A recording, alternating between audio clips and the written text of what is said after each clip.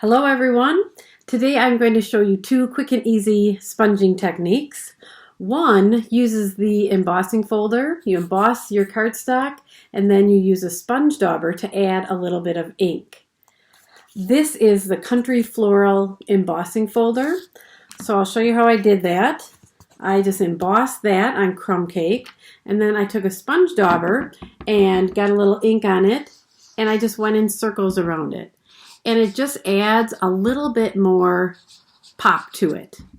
Gives it a little bit more dimension and it looks real nice. Okay, so that is your nice embossing folder, kind of pops it out, and this will pop it out even more.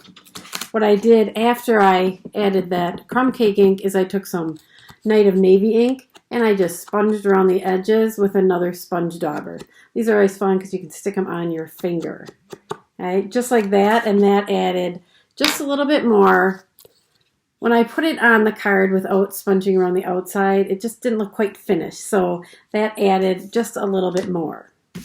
The other technique just uses regular stamping sponges, and I did that for the background.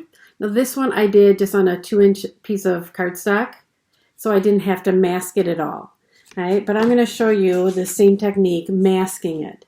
I took some Post-it notes, and I just stuck those on there, and those will mask off what I don't want done, okay, where I don't want the ink.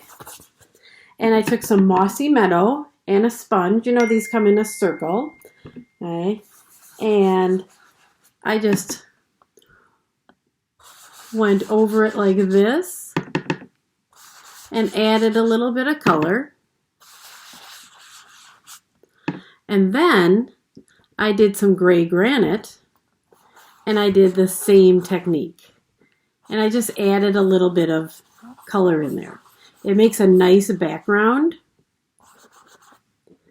All right, and then for the next step, what I did is I'm going to take off these sticky notes, and you can see you have a real nice clean lines there. Then I inked up from the Verdant Garden stamp set. I inked up the leaves and I just stamped those right in the middle, and I wanted to stamp it so it was above and below that line a little bit. All right. Then I could stamp my words on there just like that, and I'll take the flower from the Verdant Garden and some Blushing Bride, and I can just add that on in a few different spots.